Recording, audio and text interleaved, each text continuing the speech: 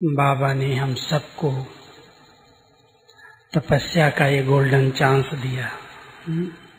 मधुबन पांडव भवन की भट्टी का। और जब बरसात पड़ती है तो उसमें और आनंद आ जाता है। तो आज आपकी पहली बार काफी दिन के बाद बरसात भी स्वागत कर रही है। मधुबन तपस्वी भूमि में, जहाँ पर स्वयं साकार माता पिता ने, दीदी दादी ने काफी समय रह करके इसी स्थान पर तपस्या की। बाबा के चारों धामों में जाते हो, कितने अच्छे वाइब्रेशन है, कितनी ऊर्जा है अंदर की, जाते ही योग लग जाता है। तो ये भूमि तपस्या भूमि है और इस भूमि में आते ही बाबा बच्चों को अच्छे अच्छे अनुभव करा देता है। अगर यहाँ कोई नया भी आता है ना, नया पहली बार वाला, आप सब तो बाबा के बच्चे हैं, कई बार आए होंगे,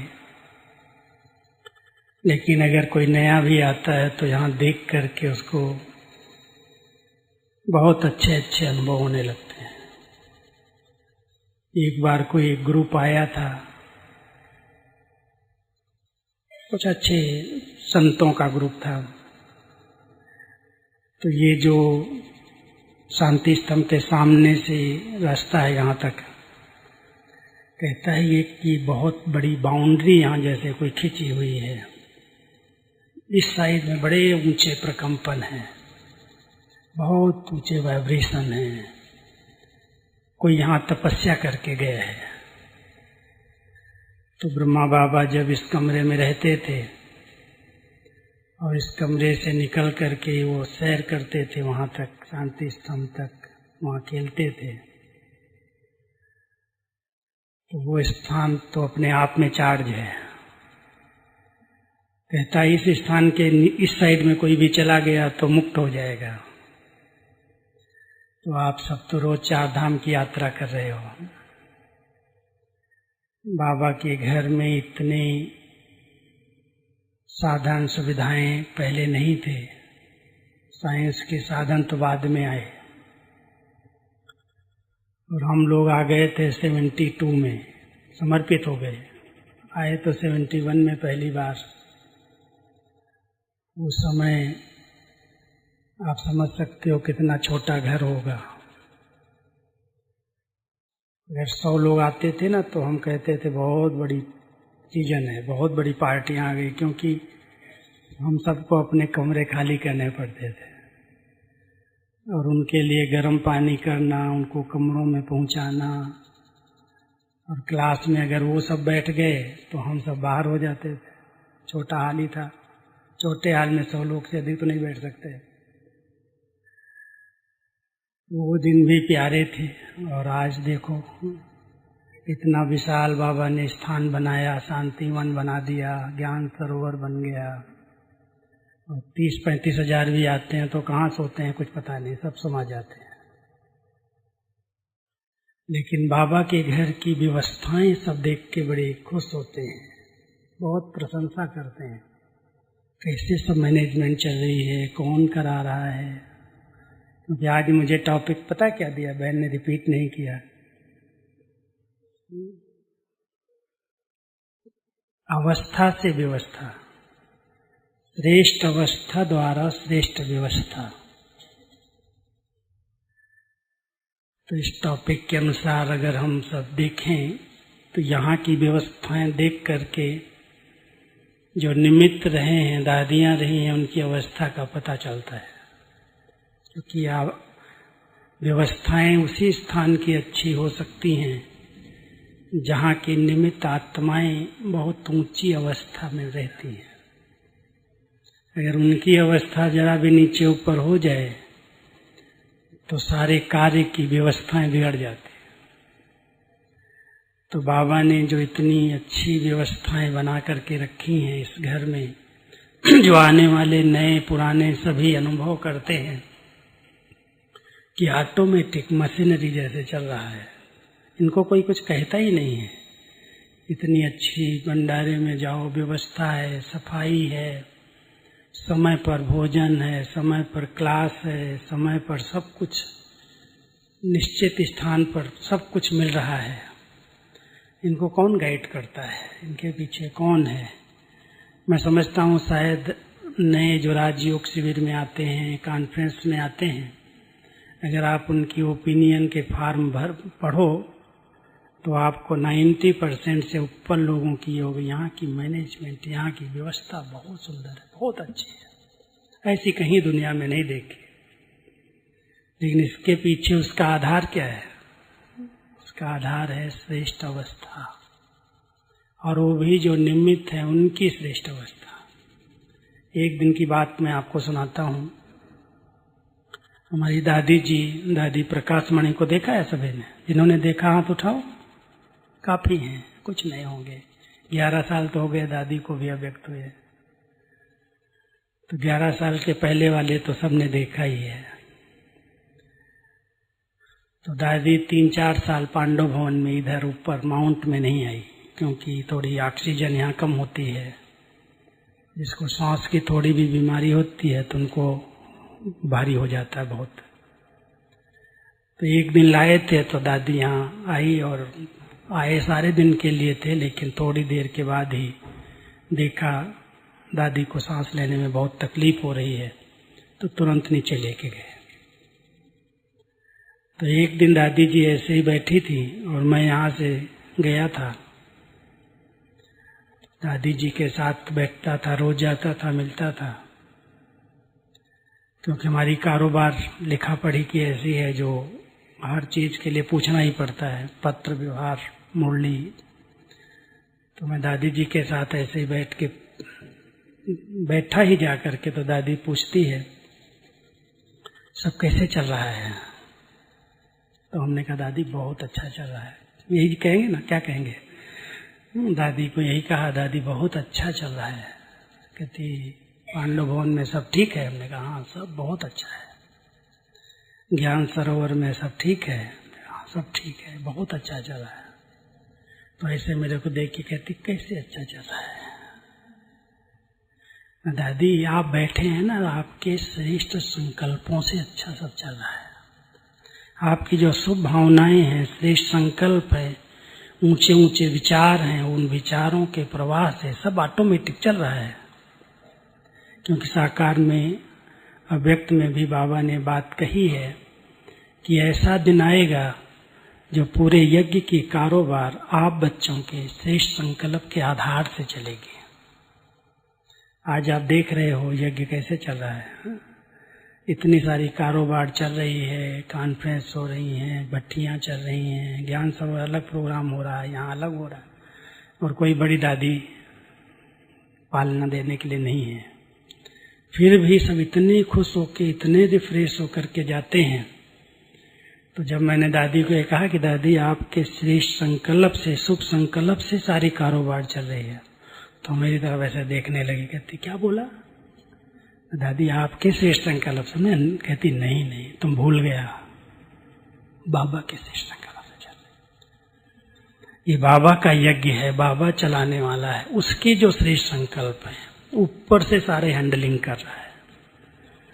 तो बाबा की यज्ञ के प्रति इतने बड़े कारोबार के लिए जो श्रेष्ठ भावनाएं हैं, और उनकी जो निमित्त बनी दादियां हैं, उनके अंदर जो इतना स्नेह है, शक्ति है, शुभ संकल्प है, उससे यज्ञ की सब व्यवस्थाएं ठीक चल रही हैं।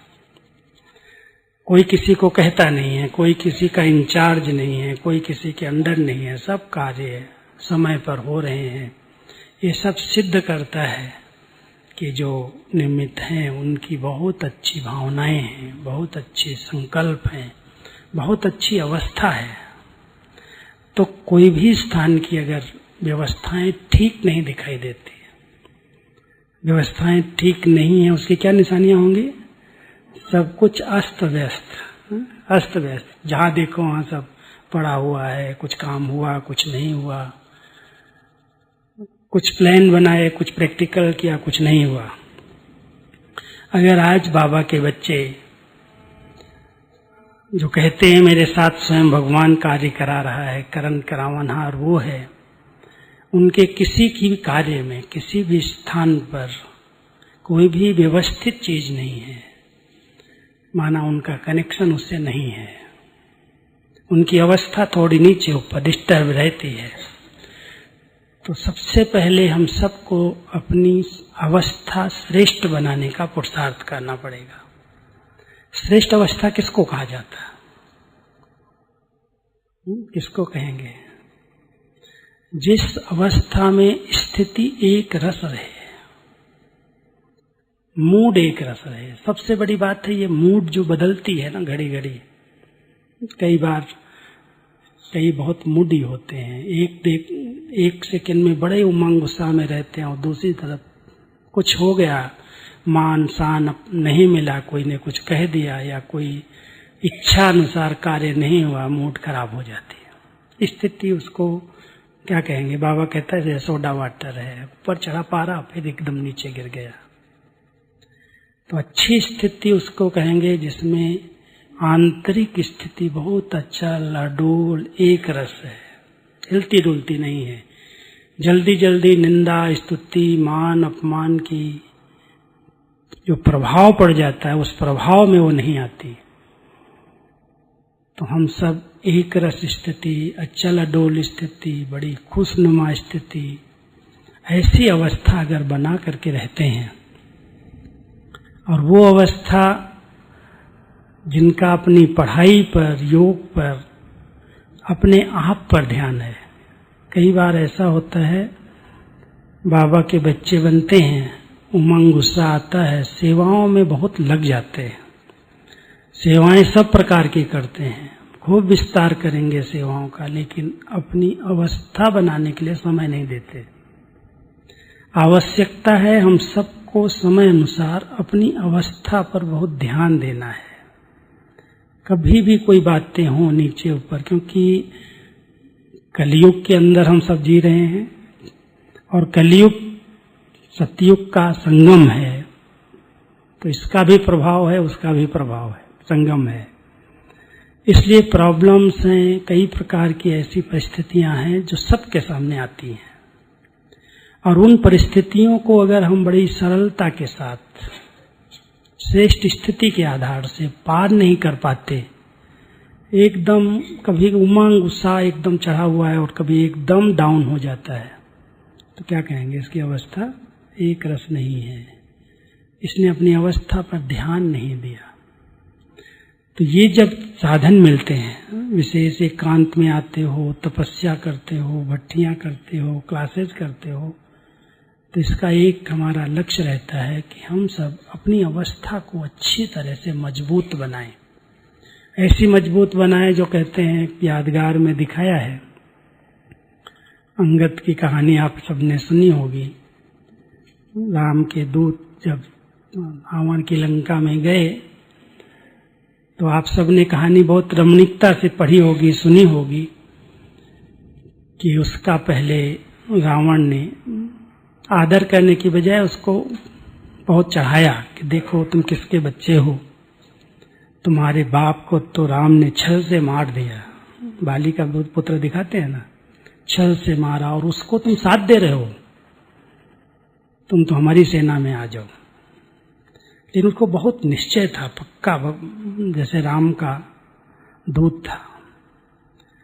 तो उसको देखा ये हिलता ही नहीं है, तो उसका अपमान करने लगा, उसको बैठने के लिए आसन नहीं दिया। वो तो दूत था, दूत को तो कोई अपमान कर ही नहीं सकता था।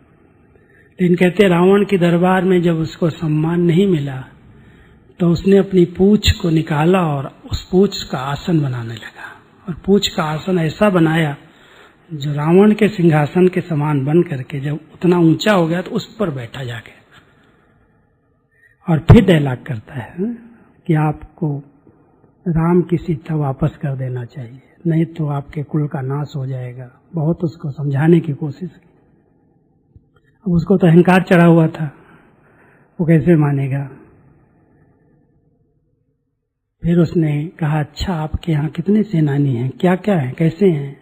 मैं पांव जमाता हूं और कोई एक भी मेरे पांव को हिला करके दिखा दे, अगर पांव को हिला देगा तो सीता उसकी हो जाएगी। बहुत बड़ी चैलेंज कर दिया। जब सीता पर तो उसका अधिकार नहीं था, लेकिन जानता था सीता तो रावण की हो ही नहीं सकती, और जब हो ही नहीं सकती है तो ये पांव कौन हिला सकेगा। निश्चय का एक अंदर का विश्वास था। कहते उसने अपना पांव जमा दिया और जितने उसके सेना में थे बड़े बड़े योद्धा वो सब आए, कोई ने भी उसके पांव को हिला नहीं पाया। रावण को बड़ा गुस्सा आ गया, तो रावण जब खुद उठा तो उसके आते ही गुस्से में आया, सामने जब आया तो उसने पांव अपना पीछे खींच लिया और कहा तुम मेरे पांव के आगे क्यों झुकते हो, राम के पांव के आगे झुको। अब इतनी बेइज्जती हुई तो उसको इतना गुस्सा आया, कहते उसका गुस्से में ताज गिर गया, और जब वो ताज गिरा तो उठा करके अपने राम के दल में फेंक दिया अंगद ने। अब ये सब कहानियां हैं, लेकिन संगम का ही एक बहुत बड़ा पार्ट है। संगम के समय पर हम सब जब किसी के पास जाते हैं संदेश देने के लिए, कहीं भी सेवा के लिए जाते हैं, सम्मान नहीं मिलता है, कोई पूछता है कोई नहीं पूछता है। बाबा कहता है तुमको मैंने इतनी ऊंची पूंछ सम्मान और सम्मान की दी है, निकालो अपनी पूंछ, चिंतन करो, अच्छा मैं किसका हूं, मुझे किसने भेजा है, और उस सम्मान की पूंछ पर उस सम्मान के नशे में बैठ करके फिर किसी से बात करो। वो दे या न दे, दुनिया में कोई मान देगा कोई अपमान करेगा, आज मान देगा कल अपमान कर देगा, और इतना निश्चय हो कि हम तो भगवान की सेना के हैं, कोई भी मुझे हिला नहीं सकता। तो माया कितने भी बड़े रूप में आए, किसी भी विकराल रूप में आए, कैसे भी उसके योद्धे हों, हम सबको संपूर्ण विश्वास रहना चाहिए कि हमारे साथ कौन है। सर्वशक्तिवान बाबा के साथ हम हैं, सर्वसमर्थ है, सबको शक्ति देने वाला दाता, और उसके बच्चे कभी भी जरा भी अपनी अवस्था को किसी भी बात में डगमग न होने दें। तो ऐसी अवस्था चेक करना, यहाँ आए हो तो चेक करना कि कलयुग के अंदर कहीं भी किसी भी वातावरण के बीच में हम जाते हैं, कहीं कुछ होता है कहीं कुछ होता है, प्रॉब्लम्स कई प्रकार की आती हैं, लेकिन क्या हमने अपनी अवस्था इतनी मजबूत बनाई है, कुछ भी हो जाए हिलेंगे नहीं, डुलेंगे नहीं, झुकेंगे नहीं, हटेंगे नहीं। तो अगर ऐसी दृढ़ संकल्प से अपनी अवस्था मजबूत बना लो, बहुत अच्छी एकाग्र चित्त स्थिति द्वारा बाबा की शक्तियों को कैच करो और उन शक्तियों के आधार से उसके साथ का अनुभव करो, वो मेरे सदा साथ रहता, अलग हो ही नहीं सकता, और इतना गुप्त रूप से साथ रहता है क्योंकि उसको ज्यादा स्थान नहीं चाहिए। प्यार करो, याद करो, बाबा कहता है 1 सेकंड में मैं आ जाता हूं बच्चों के साथ, 1 सेकंड से भी कम समय लगता है, सेकंड तो आपकी दुनिया का है। आप संकल्प करो, प्यार से बाबा कहो और मैं हाजिर हो जाता हूं। जब संगम पर इतना साथ निभा रहा है फिर भी कोई भी छोटी मोटी बात हो जाती है, माया तो कई रूप में हमें आ रही है, कहीं ईर्ष्या द्वेष की आग लगी हुई है, कोई आगे बढ़ता है उसका कोई पीछे खींचता है, कहीं अनुमान वहम ईर्ष्या अहम वहम, बहुत सारी ऐसी बीमारियां हैं कलयुग के अंदर जो लोगों को बार बार डगमग करती हैं। ऐसे वातावरण में रहते हुए हम सब अपनी अवस्था पर ध्यान दें।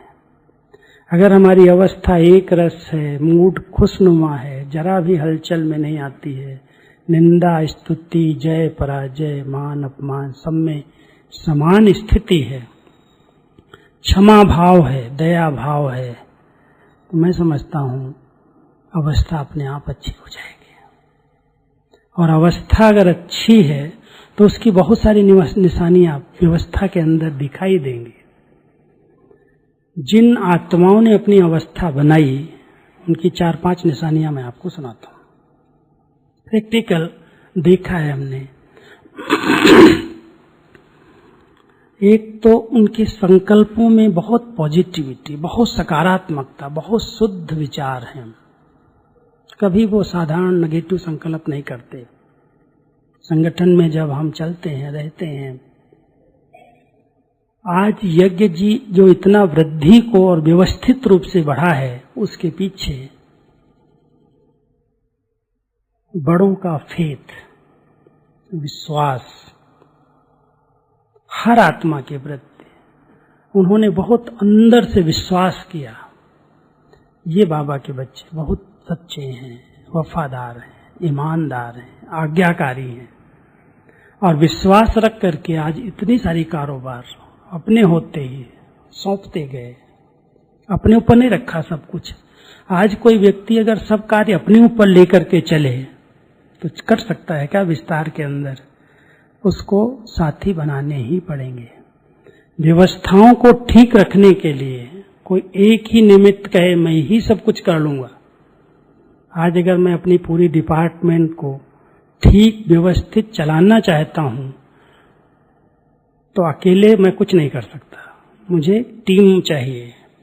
और टीम को एक साथ लेकर के चलने के लिए जिस प्रकार की उस व्यक्ति की क्वालिटी है, जो उसकी विशेषताएं हैं, उन विशेषताओं के अनुसार उसको आगे बढ़ाना पड़ेगा। उसको उस तरह का सम्मान देना पड़ेगा, उसको उस तरह की चार्ज देनी पड़ेगी। और जब हम सब में विश्वास रख करके उसको कार्य सौंपने लगते हैं, उसके ऊपर छोड़ देते हैं, तो मैंने देखा है वो धीरे धीरे योग्य बन जाता है। योग्यताएं कोई हम लेकर के सब नहीं आते हैं। ये तो योग्य नहीं है, तो पढ़ा लिखा नहीं है, ये ऐसा कैसे कर सकता है। अगर यही सब सोचा होता, आप सोच सकते हो, थोड़ी सी बात मैं अपने अनुभव की बताता हूँ। अगर दादियों ने ये बात सोची होती कि ये डिपार्टमेंट जो मैं इसको दे रही हूँ, ये तो छोटा है भाई, 15-16 साल का मैं था, ये तो स्कूल कॉलेज पढ़ा नहीं, इतना बाहर के ज्ञान नहीं है, कुछ समझ नहीं है ज्यादा, और इसको इतनी बड़ी डिपार्टमेंट। मैं तो कभी कभी कहता हूँ बाबा आपके इस यज्ञ के अंदर बहुत MA BA डबल पढ़े हुए हैं सब कुछ, उनको आप ये डिपार्टमेंट देते तो शायद इसको और सक्सेस कर देते। हमको आपने ये डिपार्टमेंट क्यों दिया? दादियों ने हमें क्यों इस निमित्त बनाया? जिसने कभी स्कूल कॉलेज बड़ी डिग्रियां नहीं ली, उसको सारी पढ़ाने की ड्यूटी दे दी, और जिन्होंने डिग्रियां ली उनको भंडारे की ड्यूटी दी हुई है। बड़ा वंडरफुल बाबा है हमारा। उसके पीछे कई राज हैं, वो हम भी क्लास कराएंगे तो अलग हो जाएगा, लेकिन करन करावनहार बाबा है। कोई व्यक्ति ये न कहे कि मेरी बुद्धि से सारा कार्य हो रहा है, मैं समझदार हूं, मैं पढ़ा लिखा हूं, मैं योग्य हूं, मैं अनुभवी हूं। क्योंकि आजकल की जो प्रॉब्लम्स हैं, डिस्टरबेंस है व्यवस्थाओं में, उसका कारण है कि जो निमित्त है उसके अंदर अहम भाव है। मेरे जैसा कोई नहीं है, मैं जो कह रही हूं वही राइट है, मैं जो कहूंगा वही राइट होगा। उसके पीछे टकराव पैदा होते हैं।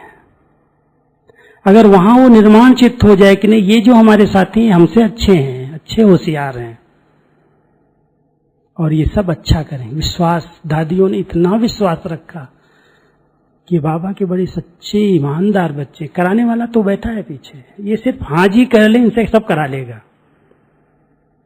हम लोगों ने यहाँ पर देखो, मधुबन की सारी कारोबार जो आज चल रही निर्विघ्न रूप से, उसके पीछे बड़ों ने इतना विश्वास रखा, और विश्वास रख करके इतना सम्मान दिया, जो कभी गलत करने का संकल्प भी नहीं आता, और करेंगे, अच्छा करेंगे। उन्होंने कहा, कल की मैं बात बताता हूँ, मेरे बाबा ने ड्यूटी दी है पत्र पुस्तक बनाने की, दादी का पत्र लिखने की।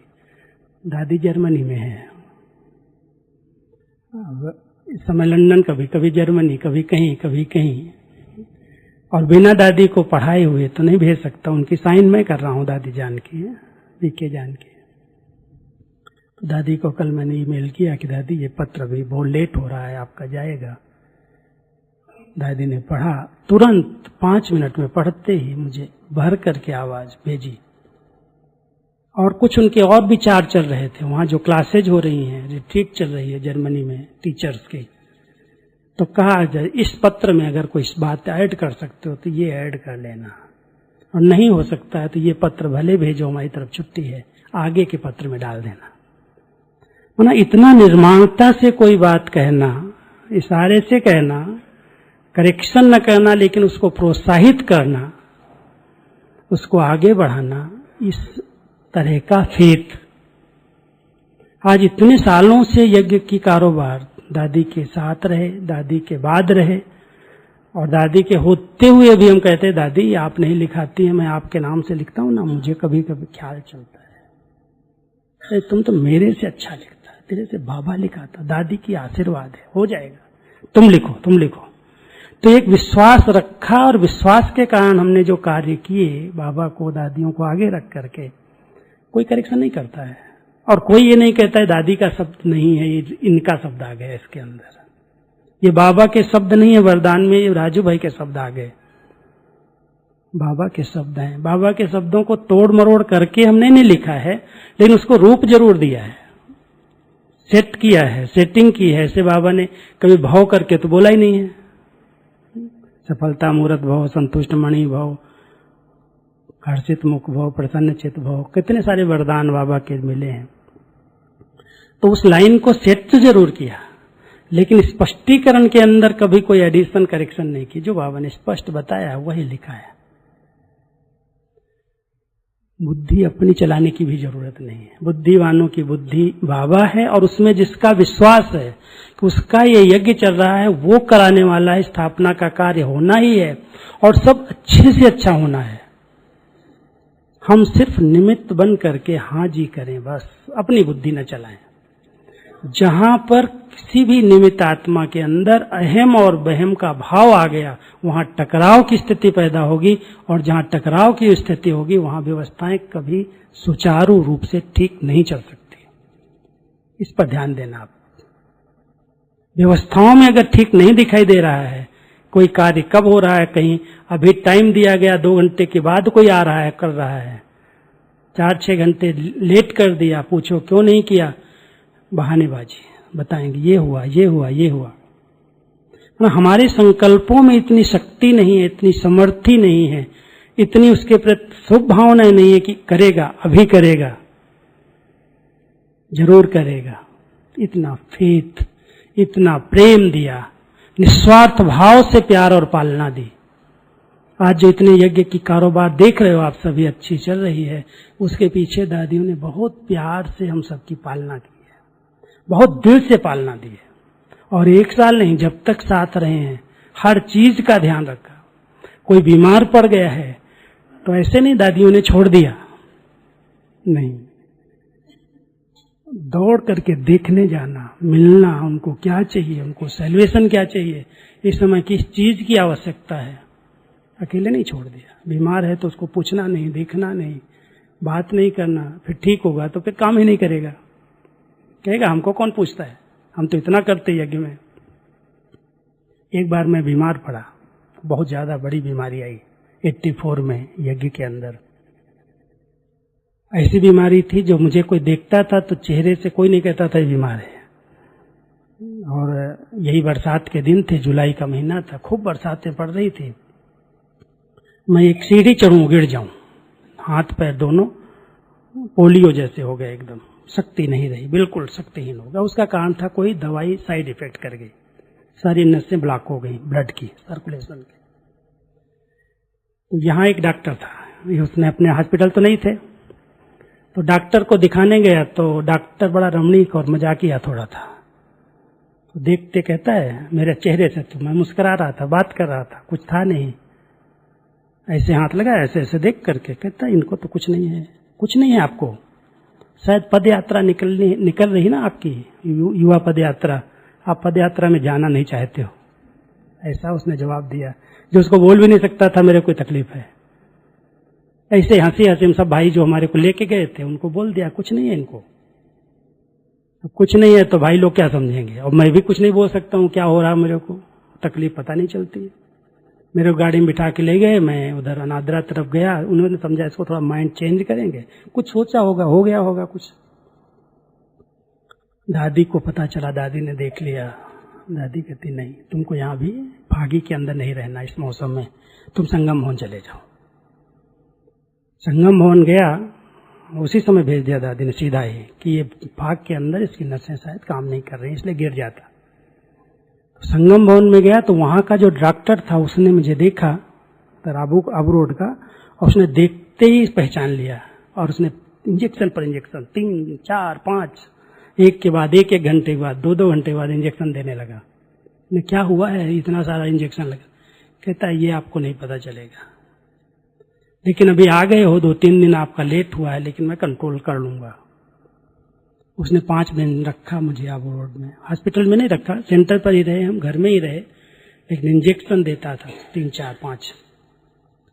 फिर उसने रेफर किया अहमदाबाद, पालनपुर में गया तो पालनपुर में 12 दिन हॉस्पिटल में रहे।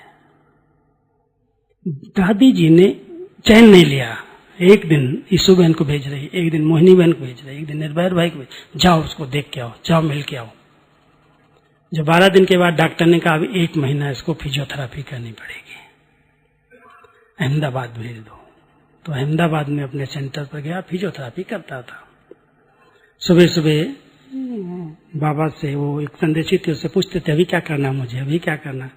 तो बाबा भी बड़ी रमणीकता से जवाब देता, इसको आटा दे दो, आटा गूंदेगा ना, ऐसे ऐसे ताकत आ जाएगी खेल खेल में।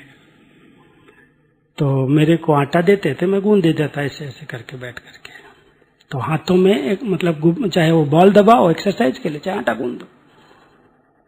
और दादी जी ने क्या किया, दादी जी ने सब सेंटर्स को बोला राजू के पास बहुत ज्ञान है, बहुत मुरलियां टाइप की है उसने शुरू से लेकर के, इसको बैठने नहीं देना, सुबह शाम इसको अपनी क्लास में ले जाना और इसका क्लास रखना।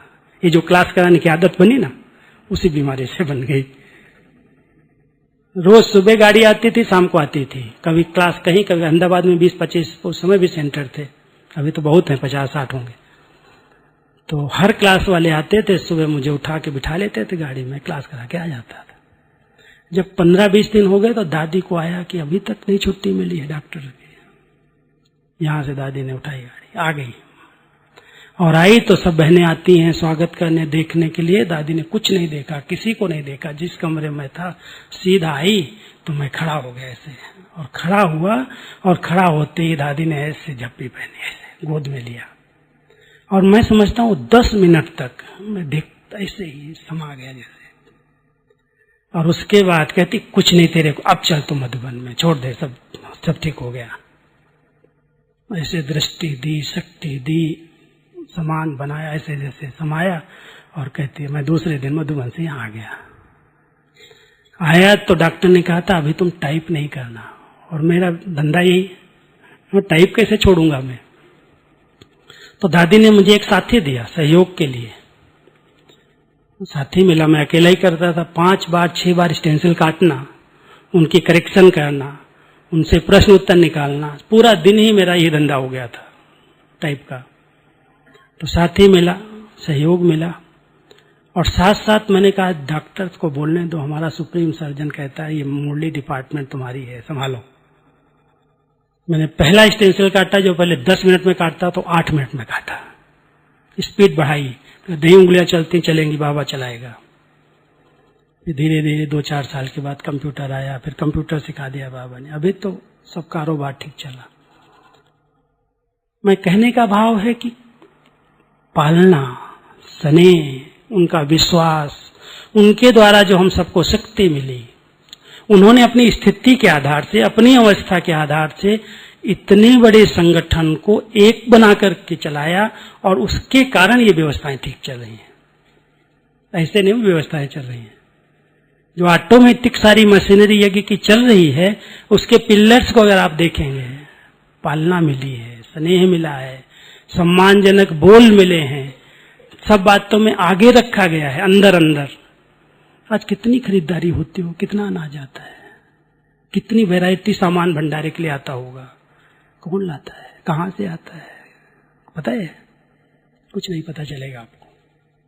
लेकिन दादियों ने जो पालना जिनको दी, जिनको इतना रिगार्ड दिया, जिनके ऊपर फेथ रखा, वो सब ऐसे कर रहे हैं जो न मान की इच्छा है, न शान की इच्छा है, न आगे आते हैं, न स्टेज पर आते हैं, न बाबा से टोली लेने के लिए भागते हैं। अरे बाबा का खा रहे हैं, बाबा के घर में पल रहे हैं, बाबा सब कुछ दे रहा है, हम एक धक्का धुक्की करके टोली लेने के लिए जाएंगे क्या? क्यों हम धक्के खाएंगे? उल्टा नशा नहीं है, लेकिन अपना ऊंचा सम्मान है और सम्मानजनक व्यवहार है। कभी डिस्टर्ब नहीं है कि इसको मिल रहा है, इसको बुलाया जा रहा है, इससे झंडा लहराया जा रहा है, इससे केक कटाई जा रही है, हमको क्यों नहीं बुलाया जाता? नहीं बुलाओ, कोई जरूरत नहीं, कोई इच्छा अपेक्षाएं नहीं है। बाबा ने बहुत कुछ दिया है और दे करके इतना संपन्न बनाया है और अभी भी दे ही रहा है दाता बन करके। हम सभी भी अगर अपनी व्यवस्थाओं को ठीक रखना चाहते हैं, सेंटर्स की व्यवस्थाओं को यथार्थ चलाना चाहते हैं, घर और कारोबार को यथार्थ चलाना चाहते हैं, तो परिवार में हर एक व्यक्ति को समान रूप से प्यार, अधिकार, सम्मान, अच्छे बोल, उमंग, उत्साह के देने पड़ेंगे। नहीं दोगे तो सब व्यवस्थाएं बिगड़ जाएंगी। आज जो बिगड़ी हुई व्यवस्थाएं हैं, जहां की भी हैं, कोई चीज कहीं पड़ी, किसी सेंटर पर जाते हैं तो देखो सब बिखरा पड़ा है, और कई सेंटर पर जाते हैं सब कुछ व्यवस्थित है, सब ऑटोमेटिक चलता है। कई जोन में मैं जाता हूं, अभी भी मैं इंदौर जोन के 3-4 सेंटर पर था, जबलपुर, सिवनी, इधर था, 2 दिन पहले आया हूं। और भाई जी ने इतनी सुंदर व्यवस्थाएं अपने जोन की बनाई हुई थी, हर चीज व्यवस्थित। आप कोई एक नुक्स नहीं निकाल सकते हो कि अभी कमरे में हम गए, हमारे लिए ठंडा गर्म पानी नहीं है, नहाने की व्यवस्था ठीक है, बाथरूम सब ठीक है, इनका सोने का बिस्तर ठीक है, उनकी हर चीज ठीक है, उनको समय पर सब मिलनी चाहिए। उन्होंने सेटअप किया, उन्होंने सिखाया, और सिखाने के बाद अभी वही तरह से अगर वो फॉलो किया जा रहा है, सब दिखाई देता, बहुत अच्छी व्यवस्थाएं चल रही। और कहीं कहीं जाओ, डिमांड कर मांगते रहो, भाई ये चीज की कमी है, ये चाहिए, ये चाहिए, ये चाहिए। कहीं जाओ तो ऐसे लगता है सब कुछ ऑटोमेटिक चल रहा है। जो निमित्त आत्माएं, अगर उन्होंने अपनी अवस्था और व्यवस्था पर ध्यान दिया है, तो यज्ञ की बहुत सारी कारोबार, सारे सेंटर्स के कारोबार जो नेचुरल और ऑटोमेटिक चल रही है, उसके पीछे निमित्त आत्माओं की अवस्थाएं हैं। और हम सबको ऐसे नहीं, निमित्त 2-4 हैं। जिस सेवा के लिए आपको ड्यूटी मिली है, जिस सेवा के लिए बाबा ने आपको जवाबदारी दी है, उसको निमित्त समझ करके उसी तरह से चलाओ, सब व्यवस्थाएं ठीक चलेंगी। लेकिन आंतरिक स्थिति को डगमग होने नहीं दो, अपेक्षाएं नहीं रखो। ये कुछ करे तो मैं करूं, इसने नहीं किया मैं क्यों करूं। ये जो अपेक्षाएं हैं, बाबा कहता है यही डिस्टर्बेंस है। कोई किसी से अपेक्षा नहीं है, कोई ऐसी इच्छा नहीं। करण करावनहार बाबा है, सब कुछ भरपूर कर रहा है।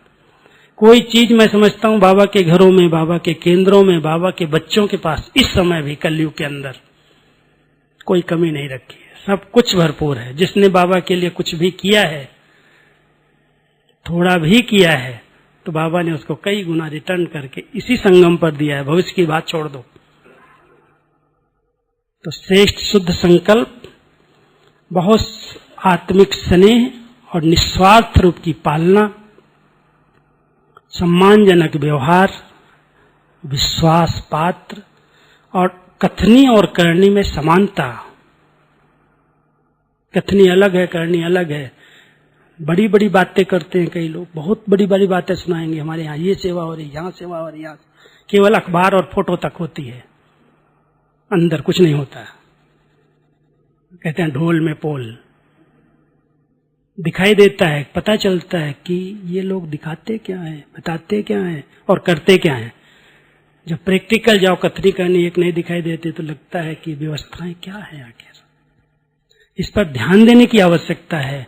क्यों हम इतनी कथनी करें, क्यों हम इतना शो करें? करके दिखा दें। अगर सचमुच कोई करके दिखाता है तो उसका बहुत बड़ा प्रभाव पड़ता है। बाबा के घर में जो छाप लगती है वो यही लगती है कि जो कहते हैं वो करते हैं, सिर्फ कहते नहीं हैं। अगर आज सवेरे का अमृत वेला योग हम बाहर वालों कहते हैं, बहुत इंपॉर्टेंट है हमारे ईश्वरीय विश्वविद्यालय में, और निमित्त आत्माएं और समर्पित भाई बहने अगर सोए पड़े हों, तो कभी किसी को विश्वास नहीं होगा कि हाँ अमृत वेले का कोई महत्व है।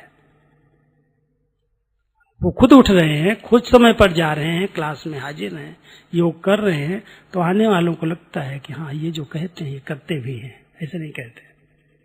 आज हमारी खान पान, नियम, मर्यादाएं जो ईश्वरीय बनी हुई हैं, अगर हम दूसरों को कहते हैं ये हमारे योगी जीवन का फाउंडेशन है और हम योगी हैं,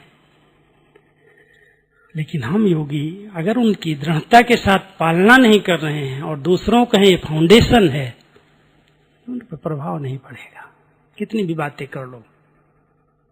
तो हम सबको अपने नियम मर्यादाएं जो बाबा ने बनाई हैं हमारे अगर जीवन में आती हैं, दिखाई देता है लोगों को कि जो कह रहे हैं वो सचमुच हैं। आज कोई मान लो घटना घटती है, हम दूसरों को ज्ञान देते हैं आत्मा तो अजर है, अमर है, अविनाशी है। आजकल के कलयुग के अंदर सबसे बड़ी प्रॉब्लम जो हमने देखी है, नोट की है, सेंटर्स पर गया हूं, भाई बहनों से मिला हूं, माँ बाप बैठे हैं, दादा दादी बैठे हैं, जवान बच्चे 15 साल 20 साल के अचानक शरीर छोड़ जाते हैं और इतनी दुखद घटनाएं उनके परिवार में होती हैं। अगर ज्ञान नहीं है तो उनका जीवन बेकार हो जाता है।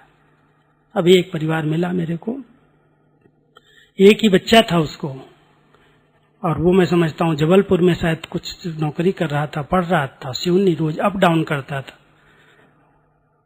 पैसे वाला परिवार था। बच्चे ने डिमांड की, बाबूजी मुझे केवल एक मोटरसाइकिल चाहिए। उसने कहा 4 व्हीलर ले ले। नहीं, मैं अप डाउन करूंगा, मुझे मोटरसाइकिल चाहिए। मोटरसाइकिल उसने लेके दे दी। बच्चा अकेला था, जो डिमांड करता दे देते हैं माँ बाप। मोटरसाइकिल दिया और एक दिन अचानक उसका एक्सीडेंट हुआ, तुरंत मोटरसाइकिल से शरीर छोड़ दिया उसी समय। देखते ही उसके घर में क्या हालत हुआ होगा। ज्ञानी परिवार था, बहुत संभाला अपने आप को, बहुत संभाला, लेकिन फिर भी बैठते हैं तो थोड़ा आंसू भर आते हैं, नैन गीले हो जाते हैं। तो मेरे साथ आके बैठा, उस पिताजी आया, माताजी तो सामने नहीं आई, माताजी शायद बहुत रोती होंगी। तो पिताजी आए तो बात करने लगे, कहते हैं इतनी प्रॉपर्टी है, इतना बड़े नौकरी है, इतना पैसा कमाया है, क्या करूं भाई जी, बंद कर दूं सब कुछ? मैंने तो उसके लिए सब कमाया ना, किस लिए सब? ऐसे कह के वो भी भर गए।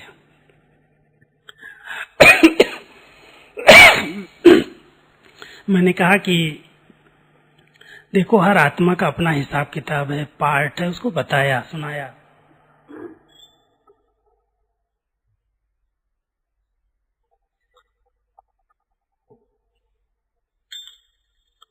कहता है ज्ञान तो मेरे पास भी है, ज्ञान की कमी थोड़ी है, बहुत कुछ है सबके पास, लेकिन जब ये पेपर आया है तो उसका सामना करना मेरे लिए बहुत असंभव लगता है, संभव नहीं लगता है। नींद ही नहीं आती, रात रात भर ऐसे ही सोच सोच करके ऐसा लगता है डिप्रेशन में चला गया हूं। मैंने कहा अच्छा मधु बनाओ, मधु बनाओगे तो आपको शक्ति मिल जाएगी। बहुत बाबा ने ऊंचा ज्ञान दिया है, लेकिन ऐसी परीक्षाएं हमारे मन की स्थिति को इतना डगमग कर देते, और आएंगी। कलयुग है, अंतिम समय है, हिसाब किताब है, किसका किसका कितना समय, किसका कितना समय है। ऐसी अवस्था हमारी बन जाए जो ये दिखाई दे नाटक चल रहा है, ये खेल चल रहा है, और इस खेल के अंदर ये आत्माएं अपना अपना पार्ट बहुत अच्छी तरह से बजा रही हैं, और जिस घड़ी ये पार्ट इनका पूरा होगा चली जाएंगे। अगर हम उन पर आधारित हो गए, डिपेंड हो गए, और वो अचानक चले गए तो फिर सहन करना मुश्किल हो जाएगा। इसलिए सबको ये ध्यान देना है। बाबा कई बार कहते हैं अंत समय और कोई चीज काम नहीं आएगी, न पैसा काम आएगा, न दुकान काम आएगी, न बिजनेस काम आएगा, न पद पोजीशन काम आएगी, काम आएगी अंतिम अवस्था, अंतिम स्थिति। आप सब ये नोट करके रखो, अंतिम स्थिति मेरी कैसी होगी वही मेरी प्रॉपर्टी है, वही काम आने वाली है। पेपर आया, मान लो आज भूकंप आ जाए जोर से, सब खत्म हो जाए। कई लोग जब भूकंप आते हैं, ये आया भुज का आया, तो करोड़पति लोग रोड पर आ गए, और जब उनको कोई चीज देने जाता था ना तो रोते थे, लेते नहीं थे, कहते थे हम इतना दान किया है, हम इतने पैसे से संपत्ति से संपन्न रहे, आज मुझे किसी के आगे हाथ फैलाने में शर्म आती है, मर जाना ठीक है, क्यों भगवान ने मुझे बचाया है। डिप्रेशन में चले गए लोग।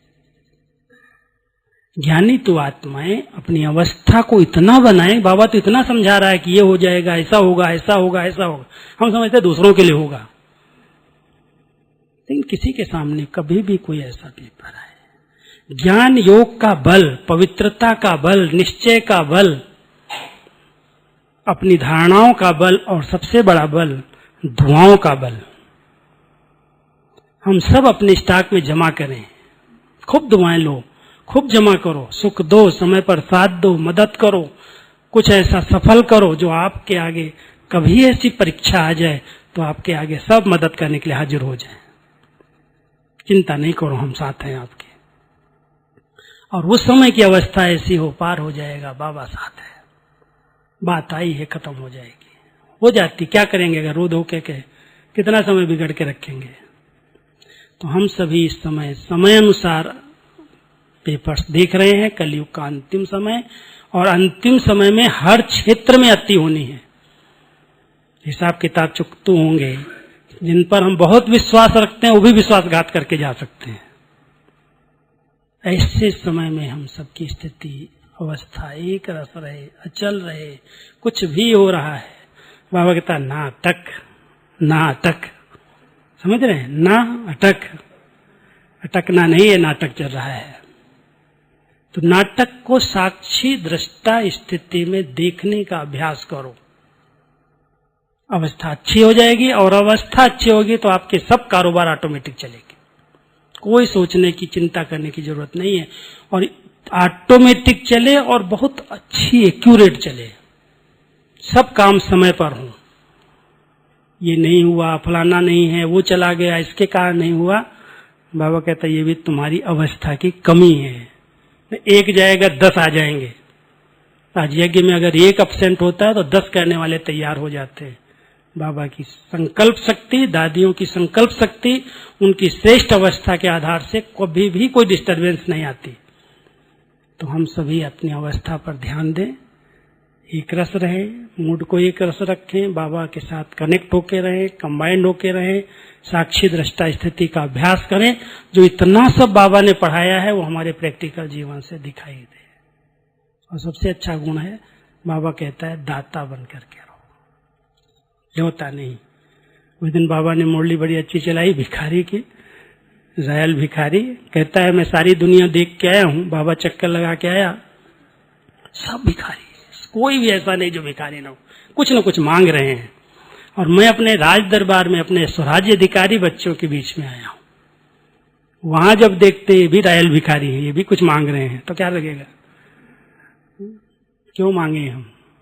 दाता ने सब कुछ दिया है, मांगने की क्या जरूरत है, उसको याद दिलाने की क्या जरूरत है, चाहिए मुझे, अधिकार है। सिर्फ संबंध ठीक रखेंगे तो अधिकार पर अधिकार रहेगा।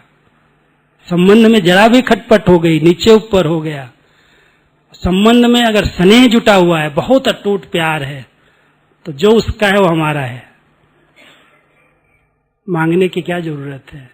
तो देखना, बाबा को ये भी नहीं कहना बाबा मेरी अवस्था अच्छी बना दो, बाबा थोड़ी बना देगा, बाबा बनाने वाला नहीं, बनाना हमें ही पड़ेगा।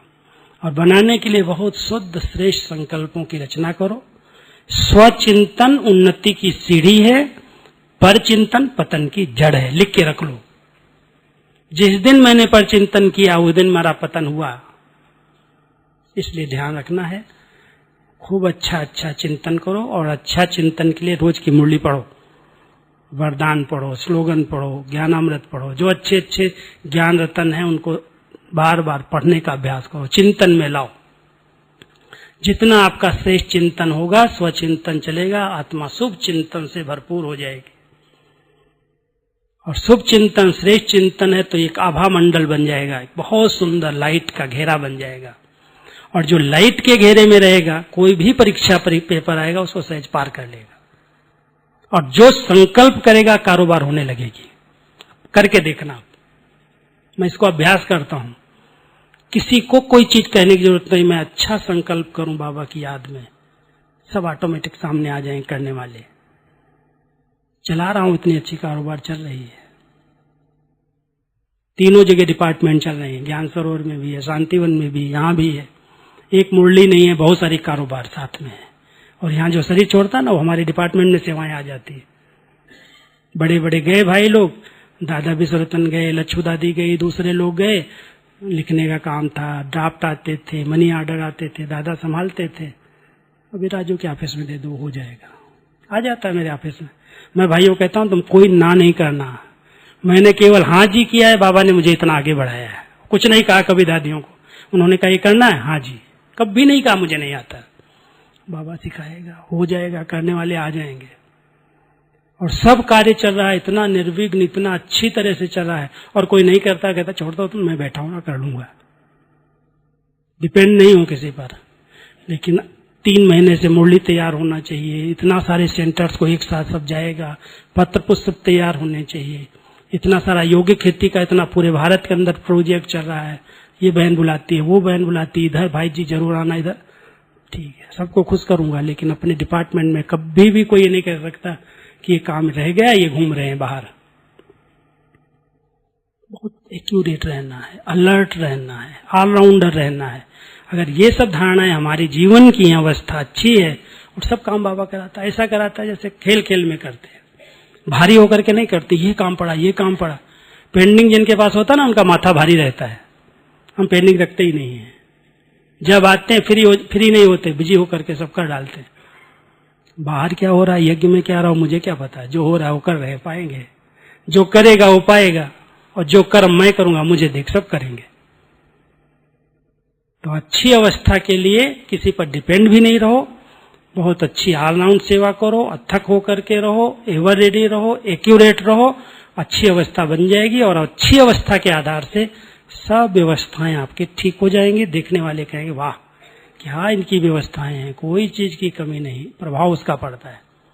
तो हम सब अपने घरों की, अपने ऑफिस की, अपने सेंटर्स की व्यवस्थाओं को ठीक करें, और सब कुछ एक्यूरेट होना चाहिए। ऐसे हमारे श्रेष्ठ संकल्प हों, शुद्ध संकल्प हों। संकल्पों के आधार से सब अपने आप चलेगा। ठीक है, ओके, ओम शांति।